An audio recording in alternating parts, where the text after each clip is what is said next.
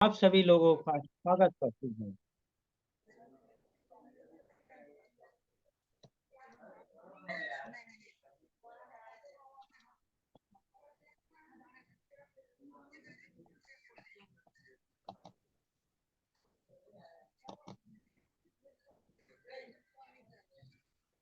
यह मेरा डिक्लेरेशन है जो देश के सभी नागरिकों के लिए प्रस्तुत रहता है।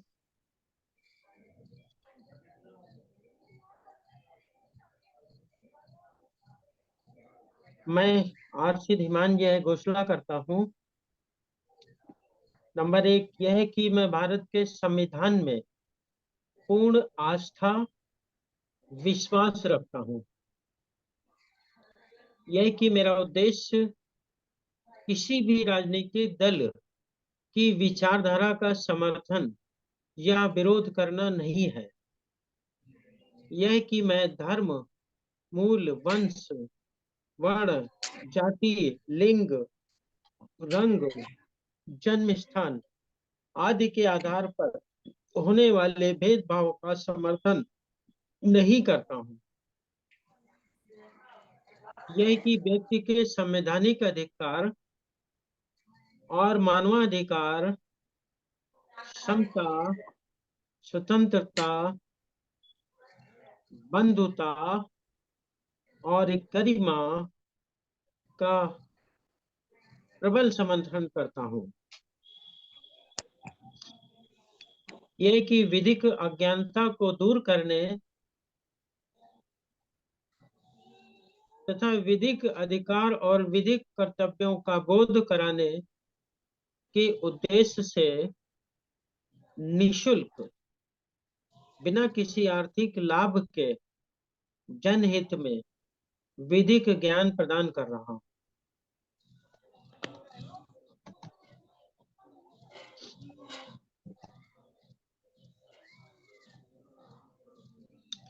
राष्ट्रीय बौद्ध महासभा के संस्थापक माननीय धर्म प्रकाश भारती बौद्ध जी, पूर्व एमएलसी, उत्तर प्रदेश सरकार।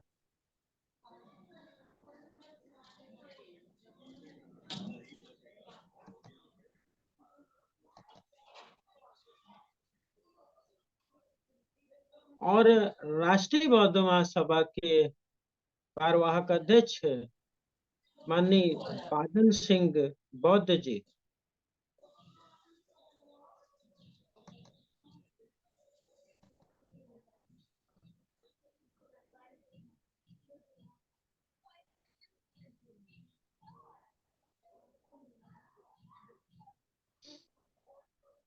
और राष्ट्रीय बौद्ध महासभा के आज के इस वेबिनार की अध्यक्षता कर रहे माननीय के बौद्ध जी, राष्ट्रीय कार्यकारिणी सदस्य बिहार, राष्ट्रीय बौद्ध महासभा। और संचालन की जिम्मेदारी माननीय चरणदास प्रजापति जी, प्रदेश संगठन सचिव मध्य प्रदेश आरबीएम जी के कंधों पर थी, परंतु सिग्नल के अभाव में वर्तमान समय में माननीय करदम जी संचालन कर रहे हैं। भारत देश के अंदर राष्ट्रीय बौद्ध महासभा के राष्ट्रीय, प्रांतीय, जिला स्तर के पदाधिकारीगण, कार्यकर्तागण एवं देश के अंदर उपासक, उपासिकाओं और भारत के नागरिकों,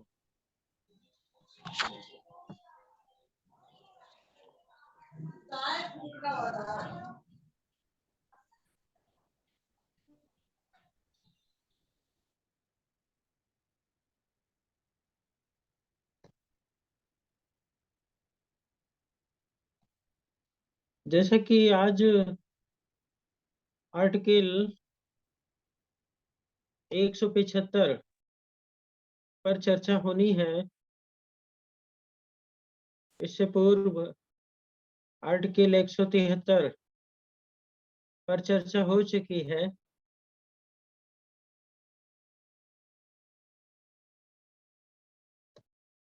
आर्टिकल 175 के संबंध में मैं स्पष्ट कर दूं कि अनुच्छेद 117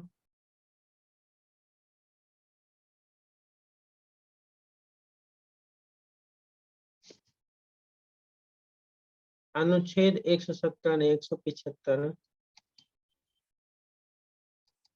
के अंदर राज्यपाल के अधिकारों के संबंध में बताया गया। राज्यपाल को जो अनुच्छेद 175 में शक्तियां प्राप्त हुई है वह है कि राज्यपाल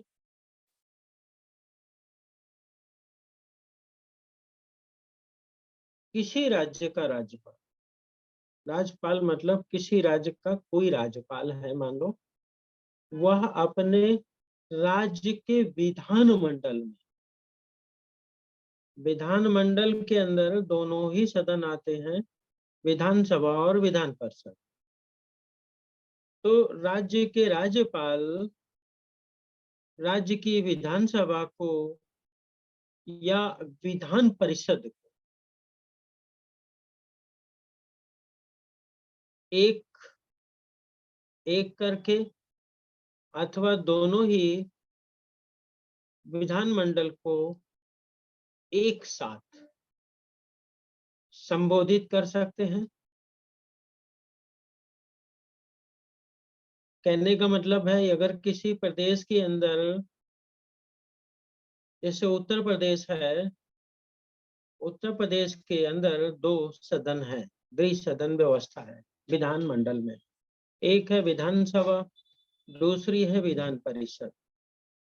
तो राज्यपाल को अगर कोई ऐसा जो है प्रदेश है जिसमें दोनों सदन है, तो राज्यपाल चाहे तो एक एक सदन के की जो को संबोधित करें, या चाहे तो दोनों ही सदनों को इकट्ठा बुला करके और संबोधित कर सकते हैं। और उस प्रयोजन के लिए सदस्यों की उपस्थिति की आवश्यकता हो सकती है। अब जब राज्यपाल संबोधित कर रहे हैं तो विधानमंडल को कर रहे हैं जिसमें विधानसभा और विधान परिषद शामिल है। तो विधान परिषद और विधानमंडल का आशय यही है कि उसके सदस्य वहाँ होने चाहिए।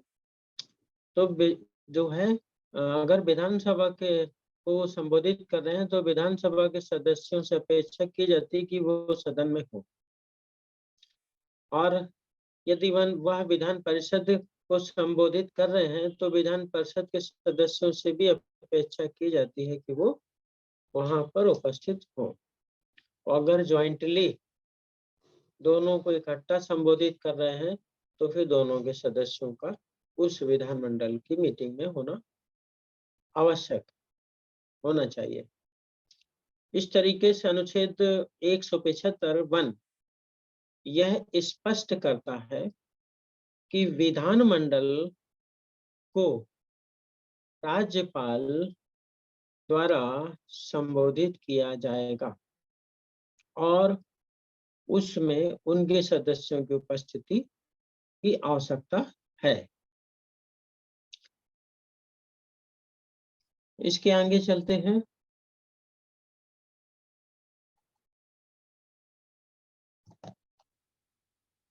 अनुच्छेद 175(2) अनुच्छेद 175 का सेकेंड पॉइंट कहता है कि राज्यपाल राज्य के विधानमंडल के सदन या सदनों को संदेश भेज सकते हैं, चाहे वह विधानमंडल में लंबित विधेयक के संबंध में हो या अन्यथा जिस सदन को कोई संदेश भेजा जाता है वह सुविधाजनक प्रेषण के साथ विचार करेगा। संदेश द्वारा आवश्यक किसी भी मामले को ध्यान में रखा जाना चाहिए।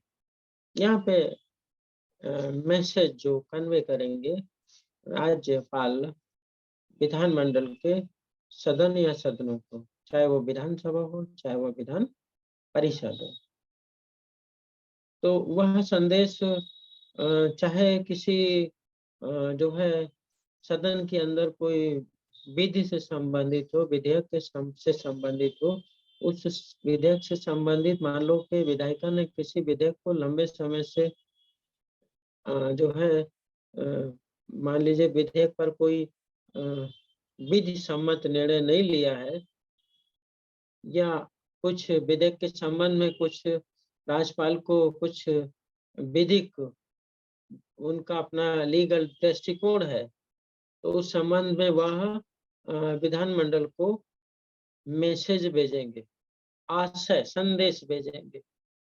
संदेश में वह जो उनके दिमाग के अंदर, राज्यपाल के दिमाग के अंदर जो तथ्य उभरेंगे किसी विधेयक को पढ़ करके, या कोई भी ऐसा मामला जो उनके अधिकार क्षेत्र के अंतर्गत आता है, और वह उससे संबंधित उनके तथ्य दिमाग में उत्पन्न होते हैं कि यह जो विधेयक है इस संबंध में दिस, तो कोई कंफ्यूजन है, कोई सलाह है, कोई जो है मतलब उनको किसी बिंदु पर कोई आपत्ति है या कोई विचार है, तो उस संबंध में वह संदेश विधानमंडल को भेजेंगे। और जब आप वह संदेश भेजेंगे तो उस जिस सदन को संदेश भेजा जाएगा, चाहे विधानसभा को भेजा गया हो चाहे विधान परिषद को भेजा गया हो, अगर विधानसभा को भेजा गया संदेश है तो वह भेजा गया संदेश पर विधानसभा को ध्यान देना है और विचार करना है। यदि वह संदेश विधान परिषद को भेजा गया है तो उसे भी जो है उस संदेश को अपने संज्ञान में लेना है और उस पर विचार करना है, उस पर एक्शन लेना है। This is clear article. तो अनुच्छेद 175 दो भागों में बटा हुआ है। पहला भाग कि विधानमंडल को संबोधित करने का अधिकार राज्यपाल को दिया गया। क्यों दिया गया है? राज्यपाल कार्यपालिका का प्रधान है और राज्यपाल की पदाधिकारियों की संज्ञा में ये सारा मंत्रिमंडल आता है। राज्यपाल अपना कार्य जो है मंत्रिमंडल के माध्यम से ही करते हैं, तो मंत्रिमंडल तो उनके कार्यपालिका का के एक हिस्सा है ही, परंतु जो विधानमंडल में दूसरे अन्य सदस्य हैं उनको भी वो अपने विचारों से अवगत कराते हैं। तो कैसे होगा? संबोधित करने का अधिकार जब उन्हें होगा तभी तो वह संबोधित करेंगे, अन्यथा कोई भी एक क्वेश्चन उठा देगा कि भाई आप तो राज्यपाल हो और विधानमंडल के अंदर आपको क्या संबोधित करने की जरूरत है, मुख्यमंत्री साहब हैं तो। इसलिए उनको लीगल रूप से यह अधिकार दिया गया अनुच्छेद 175 एक में कि you have power to address assembly. Constituent assembly जो है आपके जो विधानमंडल है उसको आप करिए, संबोधित करिए। और संबोधित जो वो करेंगे अनुच्छेद 175 2 में, तो वह दोनों सदनों में जिसको भी संबोधित करेंगे वह विधि से संबंधित मामलों पर जो भी उनका विचार होगा, वो जो भी उनकी सोच होगी, जो भी उनके दिमाग में तथ्य आएगा, उस तथ्य पर विधानमंडल ध्यान देगा, उस पर विचार करेगा और उस पर कार्रवाई करेगा। इस तरह से अनुच्छेद 175 के अंदर राज्यपाल की अधिकार और शक्तियों के संबंध में बताया गया। अब आते हैं अनुच्छेद 176 पे। अनुच्छेद 176।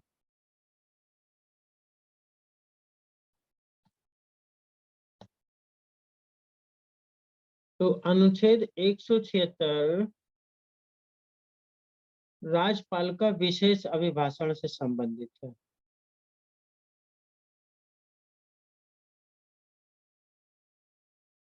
यहाँ पर अनुच्छेद 176 के अंदर 1 में स्पष्ट किया गया है कि विधानसभा के लिए प्रत्येक आम चुनाव के बाद पहले सत्र के प्रारंभ में और प्रत्येक वर्ष के पहले सत्र के प्रारंभ में राज्यपाल विधानसभा को संबोधित करेंगे।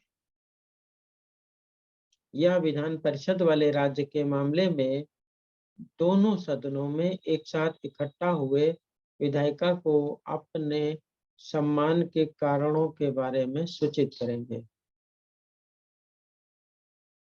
तो कहने का मतलब क्लियर है कि अनुच्छेद 176(1) के अंदर स्पष्ट किया गया है कि जब कोई नई विधानसभा गठित होगी, प्रत्येक विधानसभा के लिए प्रत्येक आम चुनाव के बाद, आम चुनाव यानी कि जब कोई नई विधानसभा चुनकर आएगी तो उस चुनी हुई विधानसभा का प्रारंभ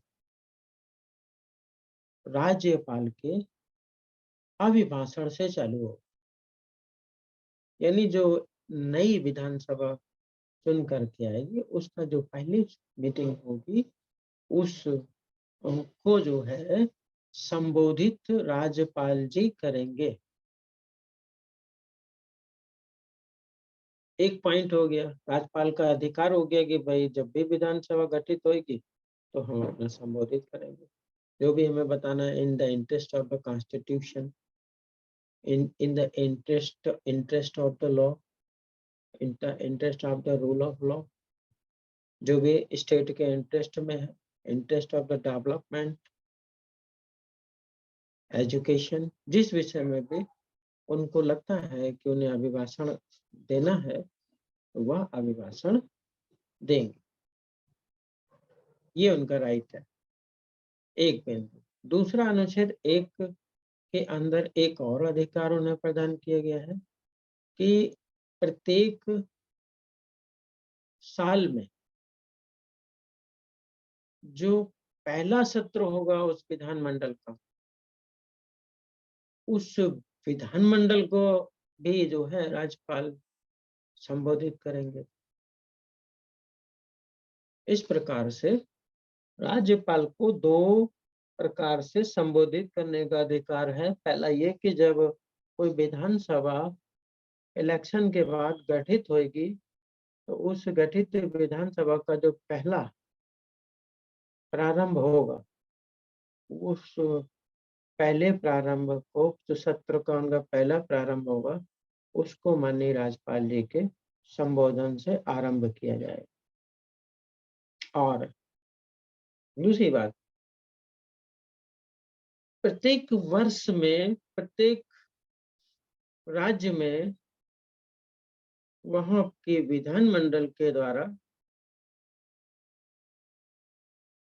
जो पहला सत्र बुलाया जाता है, मीटिंग होती है, उस पहले सत्र को भी राज्यपाल द्वारा ही संबोधित किया जाएगा। ये यहाँ पर बात है। जिन राज्यों के अंदर विधानसभा और विधान परिषद दोनों है, उन राज्यों के दोनों ही सदनों को संयुक्त रूप से इकट्ठा करके जो है राज्यपाल महोदय अपना अभिभाषण देंगे। इस तरीके से अनुच्छेद 176 राज्यपाल के अभिभाषण के संबंध में स्पष्ट करता है।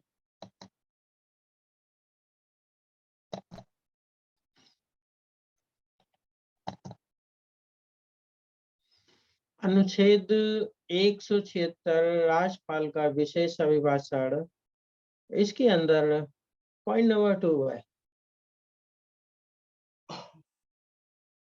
पॉइंट नंबर 2 ये कहता है कि सदन या सदन की प्रक्रिया को विनियमित करने वाले नियमों द्वारा ऐसे अभिभाषणों में निर्दिष्ट मामलों की चर्चा के लिए समय के आवंटन के लिए प्रावधान किया जाएगा। अब ये दूसरा इशू है। दूसरा इशू बड़ा महत्वपूर्ण है। ये भी जो है बहुत ही महत्वपूर्ण है और ऐसे इशू को भी जो है संगठनों में शामिल किया जा सकता है। इशू ये है कि जो राज्यपाल महोदय अभिभाषण देंगे,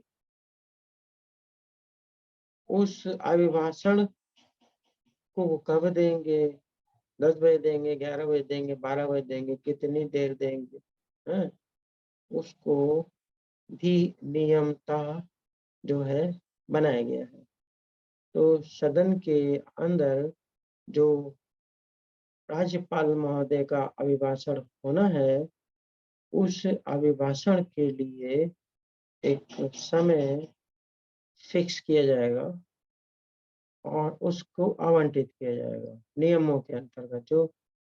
जो है सदन को चलाने के लिए एक नियमों की प्रक्रिया होती है, तो उस प्रक्रिया के तहत सदन चलता है और उसी प्रक्रिया के तहत उनको समय उनका आवंटन किया जाएगा। जैसे कि किसी जो है जिले के अंदर अदालत है और आपराधिक न्यायालय की बात करें अगर हम, तो आपराधिक न्यायालय आपराधिक मामलों पे विचार करता है। आपराधिक मामले जैसे कि हम भारतीय दंड संहिता 1860 के अंतर्गत किए गए अपराध को देखें तो भारतीय दंड संहिता 1860 के अंदर अपराधों के विषय में बताया गया। अपराध और दंड, अपराध और दंड, अपराध और दंड, अपराध और दंड, इसी से भरी हुई है।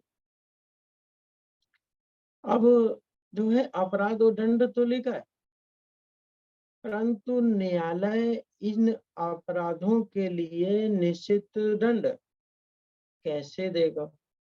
What will be the procedure to sentence, to punish? तो उसके लिए एक अलग से बुक लिखी गई कि न्यायालय काम करने की प्रक्रिया क्या होगी, उसकी नियमावली क्या होगी। तो जो है उसकी प्रक्रिया को स्पष्ट करने के लिए भारतीय दंड प्रक्रिया संहिता 1973-72 अमेंडमेंट होते रहे, उसमें भी वो लिखी गई। उसके अनुसार जो है अपराध देने की एक प्रक्रिया तय की गई। उस प्रक्रिया के तहत जो है अभियुक्तों को जो है ट्रायल किया जाता है और उन्हें पनिश किया जाता है। हाई कोर्ट के अंदर हाई कोर्ट नियमावली है। जेल के अंदर कैदियों को रखने के लिए जेल मैनुअल है। तो फिर स्कूल कॉलेज चलाने के लिए university grant commission, university act जो है उसके नियम कायदे हैं। तो फिर विधानसभा को चलाने के लिए भी एक प्रक्रिया, एक नियम सुनिश्चित है और उस निश्चित विधानसभा के अंदर नियमों के अनुसार ही राज्यपाल को समय आवंटित किया जाएगा। यहाँ से स्लाइड समाप्त होती है और 7:51 भी हो रहा है। तो हम लोग अनुच्छेद 175, अनुच्छेद 176 पर चर्चा कर रहे थे। अनुच्छेद 175 और 176 पर अगर किसी को कोई क्वेश्चन करना है तो पूछ सकते हैं। लीगल क्वेश्चन करिए, नॉन पॉलिटिकल। जो बताया गया है उसमें कुछ ना समझ में आया तो बात करिए। राजनीतिक सवाल का जवाब देने के लिए बहुत सारे वेबिनार होते हैं, तो उसी में जो है उन सवालों का जवाब मिल जाएगा। हमारा तो उद्देश्य है कि कानून की बारीकियों को समझा जाए, समझाया जाए। तो इसमें अनुच्छेद 175 176 पे अगर किसी के मस्तिष्क में कोई सवाल पैदा होता है तो पूछिए।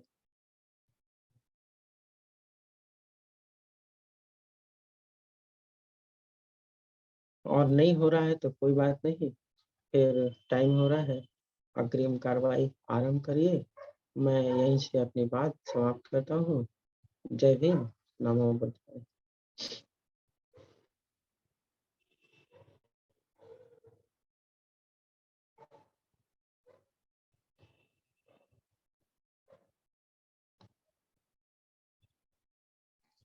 हाँ, बहुत बहुत साधुवाद आदरणीय प्रोफेसर साहब।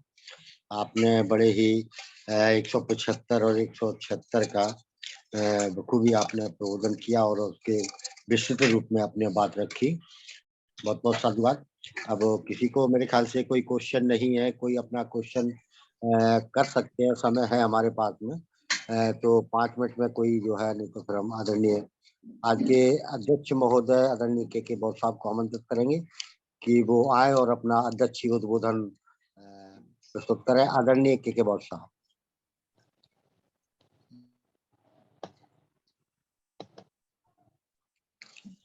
जी आदरणीय अध्यक्ष महोदय। हेलो जी, आवाज आ रही है? आ रही सर, आवाज आ रही सर। अच्छा ठीक।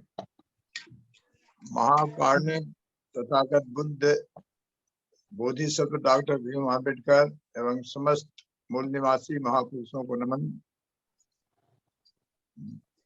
संस्थापक अध्यक्ष धर्म प्रकाश भारती जी एवं कार्यकारी अध्यक्ष बादल बौद्ध जी एवं समस्त मूल निवासी बहनों भाइयों को नमो बुद्धाय, जय भीम। ये संविधान चर्चा की श्रृंखला में ये जो रखा गया है एक दिन सप्ताह में, इसका उद्देश्य ये नहीं है कि लोगों को कानून का एक्सपर्ट बनाना है, वकील बनाना है, ऐसा नहीं है। लेकिन कुछ बेसिक जानकारी हर एक नागरिक को होना चाहिए। अब समझने के लिए हम बताते हैं, क्योंकि समझना बहुत जरूरी है। मकसद है हम लोगों को समझना। सुनना तो सुनते हैं, अगर नहीं समझे तो फिर सुनना ही बेकार है। तो इसको इस तरह से समझा जाए कि जैसे मैट्रिक प्राइमरी स्कूल से लेकर 10वां तक हर विषय को पढ़ना पड़ता है। भले बचपन में सोच ले कि हमें डॉक्टर बनना है या इंजीनियर बनना है या कुछ बनना है, लेकिन बचपन में उन्हें हिस्ट्री, ज्योग्राफी, सोशियोलॉजी, जितना विषय है मानव जीवन से संबंधित सभी विषयों को थोड़ा थोड़ा जानकारी होनी चाहिए। अब बाद में होता है, इंटर के बाद जो हो जाता है कि डॉक्टर बनना है तो बायोलॉजी पढ़िए, इंजीनियर बनना है तो मैथमेटिक्स पढ़िए, इस तरह से भाई जनरल है तो अपना जनरल पढ़िए। तो उसी तरह से ये जो संविधान की जानकारी है, हम लोग को एक बेसिक जानकारी लगे। सर जी जो है धीमान साहब बहुत डिटेल में बहुत अच्छा समझाते हैं, आगे article by article, point by point वो समझाने का प्रयास करते हैं, ताकि जो कभी नहीं सुने हैं वो उनको भी समझ में आ जाए, और जो पहले जान रहे हैं वकील लोग हैं उनको भी एक तरह से रिफ्रेशर का काम करता है। तो हम लोग देख रहे हैं, हर सोमवार को हम लोग देखते हैं।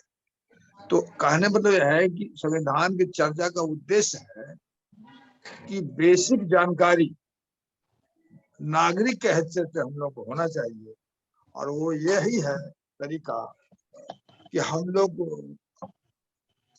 इसे व्यवस्था तो सरकार की तरफ से होनी चाहिए थी। जैसे हाई स्कूल तक कम से कम थोड़ी बहुत जानकारी होना चाहिए कि प्रेसिडेंट क्या है, गवर्नर क्या है, इस तरह से होना चाहिए था। राज्यसभा क्या है, विधानसभा क्या है, ये सब थोड़ी थोड़ी जानकारी होनी चाहिए ताकि जिसको इंटरेस्ट लगता हो जाता, लेकिन ऐसा नहीं हो रहा। इसलिए राष्ट्रीय बौद्ध महासभा ने अपना एक विचार किए कि भाई हम लोगों को जानकारी होनी चाहिए कानून की, और इसी के तहत ये कार्यक्रम को रखा गया है। ये तो सबसे इम्पोर्टेंट आर्टिकल जो है हम आपको बताएंगे, बहुत अच्छा है, जानना चाहिए सबको।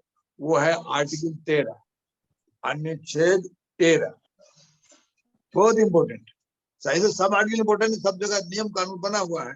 ये सुपर कानून है, तो डिटेल में हम पहले ही बता चुके हैं कि जो संविधान जो है ये सुप्रीम लॉ, सुप्रीम कोर्ट से भी ऊपर, सुप्रीम कोर्ट भी संविधान के साथ, इवन पार्लियामेंट जिनको देश में शासन कर रहा वो भी इसी के अधीन। ये उनका अधिकार को कर्टेल किया गया है, फंडामेंटल राइट जो संविधान लिखा हुआ है कि पार्लियामेंट भी कोई ऐसा कानून बना ही नहीं सकता, लागू तो बाद में होगा, बना ही नहीं सकता जो फंडामेंटल राइट के विरुद्ध। इसलिए उसको राइट नहीं बोला गया। राइट दो तरह का है, एक है लीगल राइट, कानूनी अधिकार, एक है फंडामेंटल राइट जिसके लिए डायरेक्ट हाई कोर्ट और सुप्रीम कोर्ट जा सकते हैं, लेकिन लीगल राइट के लिए आपको लोअर कोर्ट से जाना पड़ेगा, फर्क है। तो ये सब बेसिक चीजें जानना चाहिए। हम लोग तो एडवोकेट हैं तो हम लोग थोड़ा सा जानते हैं, लेकिन सभी लोग को वो तो डिटेल जानकारी नहीं होती है, लेकिन इसीलिए थोड़ा थोड़ा जानकारी देना चाहिए। तो हम ये बता रहे थे आर्टिकल 13, शायद आप लोग सुने होंगे कि 13 को बहुत खराब बोला गया है भारत में। 13 नंबर संख्या को इसीलिए बोला गया है कि 13 नंबर जो आर्टिकल है संविधान का वो बहुत जबरदस्त है, पूरा हर पावर को सीज कर दिया, सभी का पावर सीज कर दिया, उसमें कंट्रोल बना दिया कि आप देश में कोई ऐसा कानून नहीं बना सकते, और अगर बना हुआ है पहले से, आजादी के पहले से अगर बना हुआ था वो भी नल एंड वॉइड हो जाएगा। लेकिन हम लोग को ये भी नहीं मालूम है कि क्या कानून बना हुआ था और क्या कर्टल हो गया। जैसे स्लेवरी बैंड, लेकिन अभी भी स्लेवरी हो रही है, व्यवहार में तो हो ही रही है। हम लोग जाने, अब जो बेचारा कर रहा है स्लेवरी उनको पता ही नहीं है क्या कानून है। तो इस तरह से हम लोग को समझना आजा रूढ़िवादिता, जितना भी रूढ़िवादिता है, जो पहले हिंदू हिंदू बोलते थे अब सनातन बोलने लगे हैं लोग, ये भी एक प्रचार हो रहा है, क्योंकि हिंदू से लोग सब चिढ़ गया, हिंदू सब अब हेट होने लगा है, इसलिए अब उन लोग एक अलग शब्द निकाले हैं सनातन का। खैर, तो कहने मतलब यह है कि जितना रूढ़िवादिता है वो सब नल एंड वॉइड हो चुका है, लेकिन हम लोग जिनको खत्म करना है उनको मालूम नहीं किया है, नहीं है। अब माने जा रहे हैं कि भाई चला रहा है, परंपरा के नाम पर चला रहा है, तो ऐसे चला रहा है। ये बेसिक चीज हमें बहुत जानना जरूरी है। एक पारा खाली पढ़ देते हैं तो आपको समझ में आता है, हिंदी में ही है। मूल अधिकारों से असंगत, फंडामेंटल राइट, मूल अधिकारों से असंगत और उनका अल्पीकरण, असंगत या उसका कमजोर करता है, या तो खत्म करता है या कमजोर करता है, करने वाली विधियां इस संविधान के प्रारंभ से ठीक पहले, लेकिन संविधान जो लागू हुआ उसके ठीक पहले भारत के राज्य में प्रवृत्त सभी विधियां, जितने भी कानून हैं, उस मात्रा तक शून्य होगी जिस तक वे इस भाग में उपबंधों के असंगत। इसका मतलब जो संविधान में लिखा हुआ है इससे अगर असंगत है, इससे मिसमैच है, इसके खिलाफ कंडक्टिविटी है, तो वो नल एंड वॉइड। एक्सप्लेनेशन दिया हुआ है। राज्य, यहाँ राज्य मतलब स्टेट नहीं, राज्य मतलब कंट्री होता है संविधान। ये देश ऐसी कोई विधि नहीं बनाएगा जो इस भाग द्वारा प्रदत्त अधिकारों को छीनती है या न्यून करती, मतलब फंडामेंटल राइट। इस खंड के उल्लंघन में बनाई गई प्रत्येक विधि उल्लंघन की मात्रा, जितना पोर्शन उल्लंघन है, अवरोध करता है, उतना पोर्शन नल एंड वॉइड, मतलब शून्य, उसका कोई वैल्यू नहीं, पर नमक का पुड़िया हो जाता है। इसको ऐसे बोलचाल भाषा में है। इस अनुच्छेद में जब तक कि संदर्भ में अन्यथा अपेक्षित ना हो, विधि के अंतर्गत, कानून के अंतर्गत भारत के राज्य क्षेत्र में विधि का बल रखने वाला कोई भी अध्यादेश, कानून का जो बनता है उसका है कि अध्यादेश, आदेश, उपविधि, नियम, विनियम, अधिसूचना और रूढ़ी या प्रथा। अगर सरकार आजादी के पहले मतलब संविधान लागू होने के पहले अगर कोई अध्यादेश था, आदेश था, नियम था या अधिसूचना जारी हुआ था या कोई रूढ़ी है या प्रथा है, ये सब नल एंड वाइड, खत्म। इसीलिए दिया है प्रवृत्त विधि के अंतर्गत भारत के राज्य क्षेत्र किसी भी विधानमंडल या अन्य सक्षम पदाधिकारी द्वारा इस संविधान के प्रारंभ से पहले पारित या बनाई गई विधि है जो पहले ही निर्देशित कर दी गई है, चाहे वो ऐसी विधि या उनका कोई भाग उस समय पूर्णतः या विशिष्ट क्षेत्रों में प्रयुक्त नहीं है। इस अनुच्छेद का कोई बात अनुच्छेद 368 के अधीन ये तो विश्लेषण दिया है वो विशेष करके भगवान है, लेकिन मकसद यही है कि हम लोग जो रूढ़ी में चल रहे हैं ये कानूनन रद्द हो चुका है, लेकिन हम लोग को जानकारी का अभाव है, इसीलिए हम लोग उसी को फॉलो करेगा। और शेष अभी जो भिमान साहब हैं वो बहुत ही अच्छे तरह से बताते हैं, चैप्टर बाय चैप्टर पता, उनका सीक्वेंस है बहुत अच्छा है। लेकिन हम लोग बेसिकली ये जानना चाहिए कि जानने का फायदा क्या होगा। फायदा ये होगा कि नॉलेज इज पावर, ये बॉडी पावर नहीं है, नॉलेज इज पावर। जिनके पास जितना नॉलेज है, जिस रेशियो में नॉलेज है उसी में उनको पावर दिया जाता है या मिलता है। तो इस तरह से हम हर नागरिक को इतना नॉलेज होना चाहिए ताकि हम लोग, पुलिस ऐसे आया अचानक पुलिस घुस जाएगा, बोलेगा हम अरेस्ट करते हैं, तो ये हम लोग को मालूम है बिना वारंट को नहीं कर सकता। तो ये सब छोटे छोटे चीजें हैं जो डे टू डे लाइफ में जरूरत पड़ती है, लेकिन हम लोग जानकारी नहीं है तो सीधे लाल टोपी देख लिया हम लोग घबरा जाते हैं, ऐसा नहीं। इसलिए हम लोग आस पास जो भी जहाँ है कंसर्न पर जो वकील वगैरह मिलते हैं उनसे भी डिस्कस करते रहना चाहिए। इसी के लिए हम लोगों ने एक सप्ताह का एक सिस्टम दिया है, हर गांव में मोहल्ला में जहाँ वकील है और जो वकील नहीं है वो सभी मिलेंगे, अभ्यास हम लोग करेंगे तो देर से देर हम लोग मेंटली डेवलप हो जाए। इसी के साथ हम सभी को धन्यवाद देते हैं। नमो बुद्धाय, जय हिंद। बहुत बहुत साधुवाद आदरणीय अध्यक्ष महोदय जी। आपने बहुत ही एक भाग 3 के जो मूल अधिकार का जो 13 अनुच्छेद है उस पर अपनी बात रखी। वास्तव में ही वो अनुच्छेद संविधान बनने से पहले की जो भी विधियां थी, नियम थे, कानून थे, मान्यताएं थी, वो सबको शून्य करता है और वो अधिकार छीनता है संविधान से पहले का। तो ये बहुत महत्वपूर्ण अनुच्छेद है। तो बहुत बहुत साधुवाद आपको, जो है आपने अपनी बात रखी। अब आभार व्यक्त करने के लिए और सभ्य सत्ता के समापन हेतु मैं आदरणीय कार्यवाहक अध्यक्ष बादल सिंह बहुत साहब से अनुरोध करूंगा कि वो आए और आभार व्यक्त करने की कृपा करें। आदरणीय बादल सिंह बहुत साहब।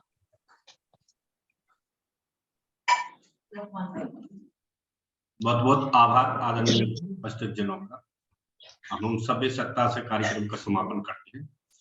सभी साथी अपने माइक खोलेंगे और हम समापन करते हैं। चलिए सभी लोग हाथ जोड़ेंगे, सभ्य सत्ता के माध्यम से कार्यक्रम को समापन करेंगे। सभी साथी अपने माइक खोलेंगे। सत्ता सुखी हों, सबे हों चखे मिनु, सबे बदानि पश्यन्तु मा कंचि माधवा। आज के कार्यक्रम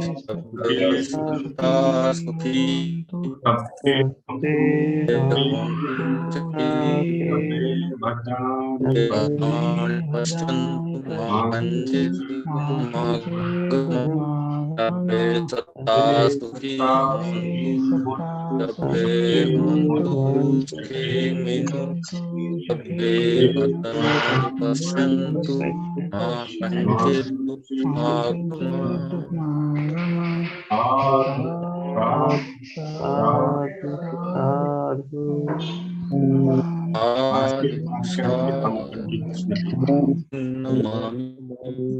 सभी आदरणीय जनों का सादर आभार। नमो बुद्धाय जय भीम।